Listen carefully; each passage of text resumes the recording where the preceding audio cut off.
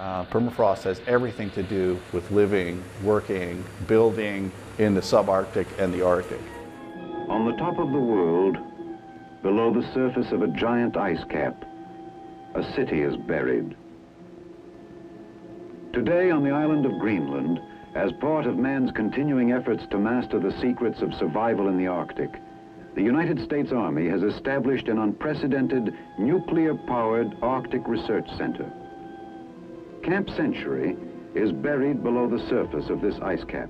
The permafrost tunnel was actually dug in 1963 and 1964, not as an idea to start to research permafrost. It was actually dug as part of a Cold War experiment to test whether or not permafrost was a good medium to protect men and materiel from nuclear attack. Permafrost in an engineering sense is relatively plastic, which means it's very stable, so that it's a good place that could act as a bunker to protect weapons or people. They never tested the concept, like they never actually put any weapons or anything else here, or they never actually attacked it to determine whether or not the tunnel was stable.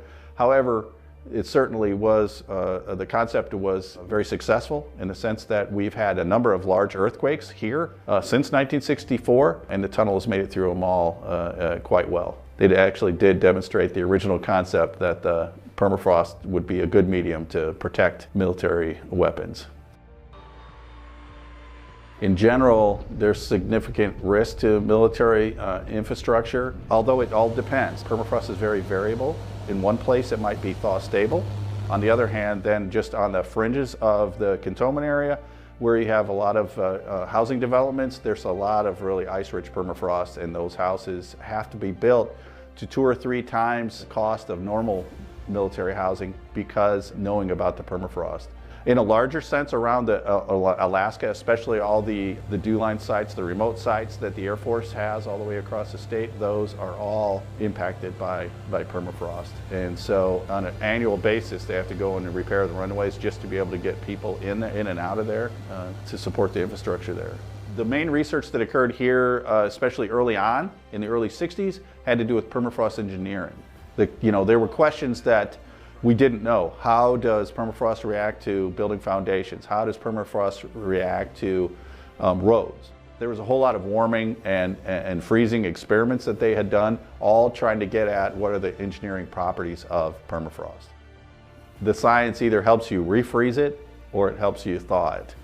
Because where you have thaw-stable permafrost, which means there's a lot of gravels associated with it, a lower ice content, when you thaw out that permafrost, then it'll stay stable forever because it's not going to refreeze as permafrost, not under the current climate regime that we have now. And of course, other technology like thermosiphons actually help refreeze the ground. It's not our place to stop it because that's something way bigger than anything that we can do. Our goal is to adapt to it. Really, it's more about adapting, I think, than it is to try to hold back the change, because I don't think we can.